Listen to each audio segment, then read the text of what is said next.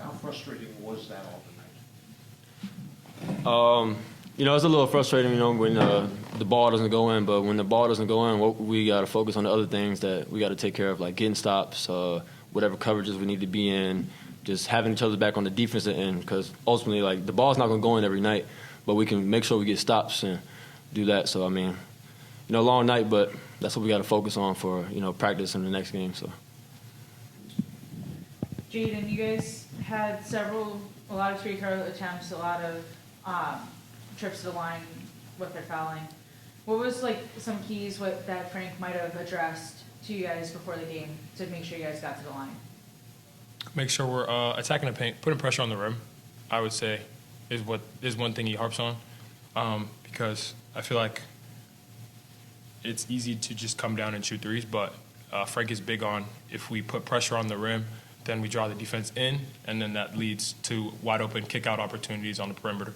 So just being able to, even though they had a 7-5 guy, just being able to move the defense, move the ball side to side, and attack the rim, eventually drawing pressure, and then either, if the help doesn't come, layup, or if it does come, make the right read, open threes. Because Marshall ran a lot off ball screens early, and they found a lot of success. Was there any, and then the ball screen defense improved, especially in the second half.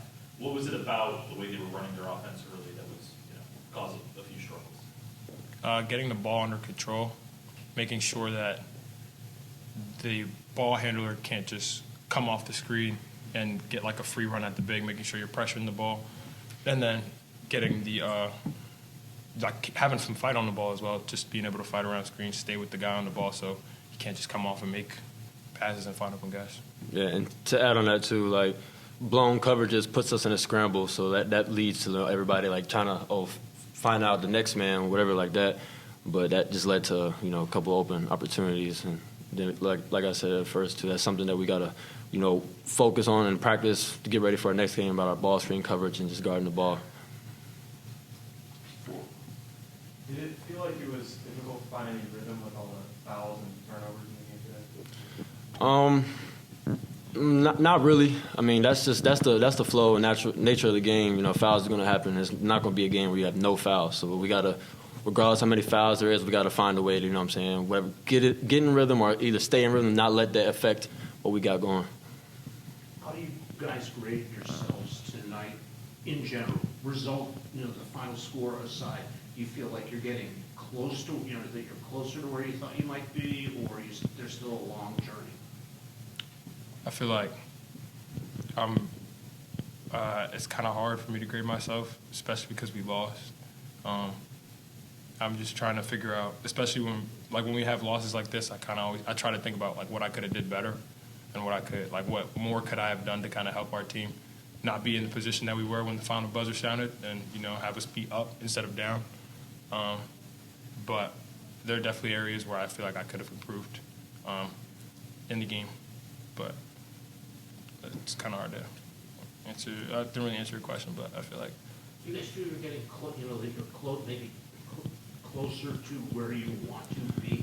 Honestly, I feel like even though the results didn't show what we wanted today, I feel like today ball screen covers, because the first exhibition game we had, or the second one here, our ball screen coverage wasn't really getting called out, or we wasn't, we was late to it. But today our bigs did a good job of making sure, they were calling the screen, they were at the level of the screen, and just now the guards, we got to make sure that we're not getting blown by or, blowing the coverage up. But for the most part, I feel like we're taking steps forward, even though the results didn't show it today. So yeah, and we're watch the film back and talk with the coaches and see areas where we can improve for the next game. Marcus, first game, in a UMass uniform, just in terms of you see the first three go down, what's going through your mind? Just how excited were you to kind of make your mark tonight? It feels great, to be in a new place, to, hear the crowd cheer when you score.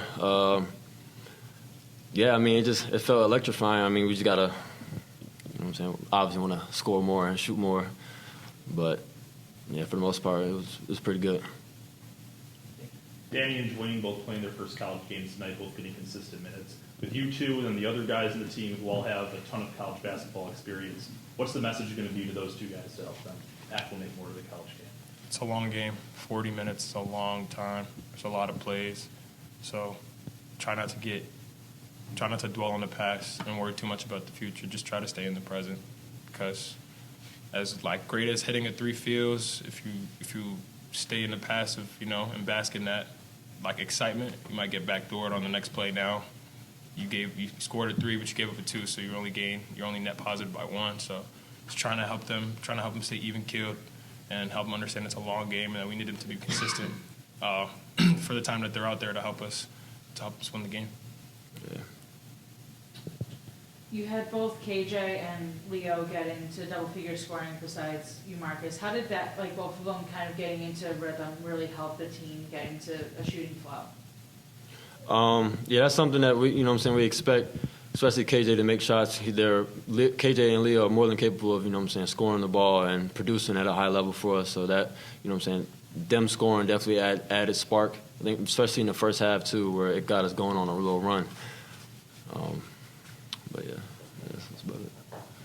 There were a few stretches there where you guys just weren't able to get good looks. How do you mitigate that in those moments and not make sure those stretches don't happen?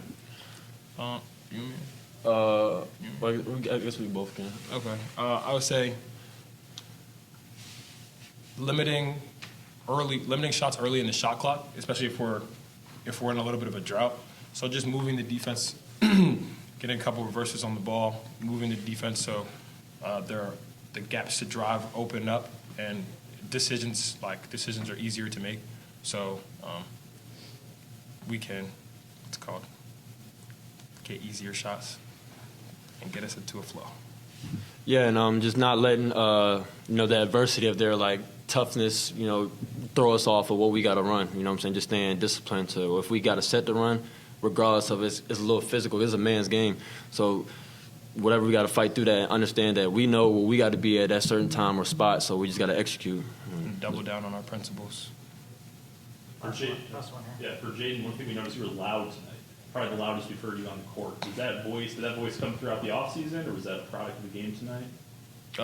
Definitely say it came throughout the offseason. Just trying to make sure we have a lot of new guys this year, and we don't get that much time to get everybody acclimated. We have the same time as everybody else. So Frank's always talking about how we got to do more in order to help elevate the team. So one thing I've tried to do more of is talk, be vocal with the guys, try and let them know where Frank wants them to be, what things are supposed to look like, and trying to get the other 4 guys that are on the court with me on the same page. So, we move as a unit out there. And one thing I could say about Jaden, he's been a tremendous leader and a big voice in the locker room and on the court and off the court for us. And that will help like guys like Danny and DJ too, because they're new to this college game, and not only he said like it's a long game, it's a long season too. So not let this win, affect how we move and practice and how we, go about the future. So. Expanding on that, Coach said that you had a really good relationship, Jaden, with DJ earlier in the week. What's the relationship been with him, kind of? DJ? Oh, every time. So we and him DJ and I play similar positions. So a lot of the reps, we're in the same spots out there. So when we run plays in practice, I just tell him to watch me, see what I do. That way he doesn't make a mistake when he has to then go and do the rep. And I kind of just try to talk to him about what things are supposed to look like from his point of view on the floor, help him try to see what I see, and get him up to speed as much as possible, just trying to give as much knowledge to him as possible so that he doesn't have to learn through experience, because I've already experienced it. So letting him go through that I'd be doing him a disservice if I didn't share with him what I already went through.